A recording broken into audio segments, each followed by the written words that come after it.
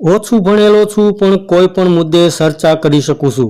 સંઘવીની challenge પર ઇટાલિયાએ કહ્યું, આવી જાઓ, હું તૈયાર છું.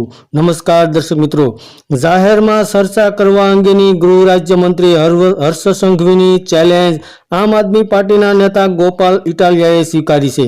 ગોપાલ ઇટાલિયાએ કહ્યું છે કે ગૃહમંત્રીએ આપેલી ચેલેન્જનો હું ગોપાલ ઇટાલિયા સ્વીકાર કરું છું અને જાહેરમાં ચર્ચા કરવા માટે તારીખ, સમય અને સ્થળની જાણ કરે એવી માંગણી કરું છું કે જેનો પત્ર ગોપાલ ઇટાલિયાએ સોશિયલ મીડિયા પર પણ શેર કર્યો હતો.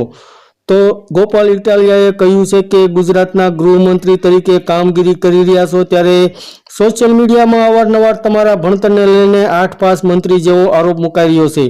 તાજેતરમાં જ ખાનગી ન્યૂઝ ચેનલ પર એક ઇન્ટરવ્યુમાં તમને સવાલ પૂછવામાં આવ્યો છે કે તમે ઓછું ભણેલા 8 પાસ મંત્રી છો. એવા આરોપો અંગે શું કહેશો? જેના જવાબમાં તમે જણાવ્યું હતું કે હું હર્ષ સંઘવી ભલે ઓછું ભણેલો છું પરંતુ રોજ નવું શીખું છું. IAS અધિકારી પાસેથી હું શીખું છું.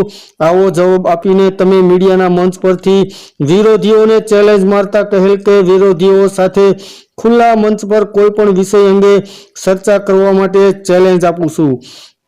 તો ગોપાલ ઇટાલિયાએ લખ્યું હતું કે તમે ઓછું ભણેલ હોવા છતાં કોઈ પણ વિષય અંગે જાહેરમાં ચર્ચા કરવાની ચેલેન્જ મારી છે.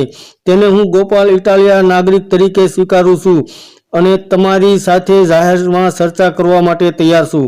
તમે જે સરકારમાં મંત્રાલય સંભાળો છો તે વિષય અંગે જાહેરમાં ચર્ચા કરવા માટે હું તમારી ચેલેન્જને સ્વીકાર કરું છું.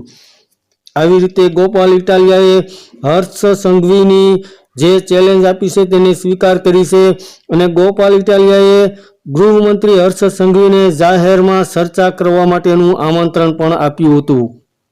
ધન્યવાદ દર્શક મિત્રો.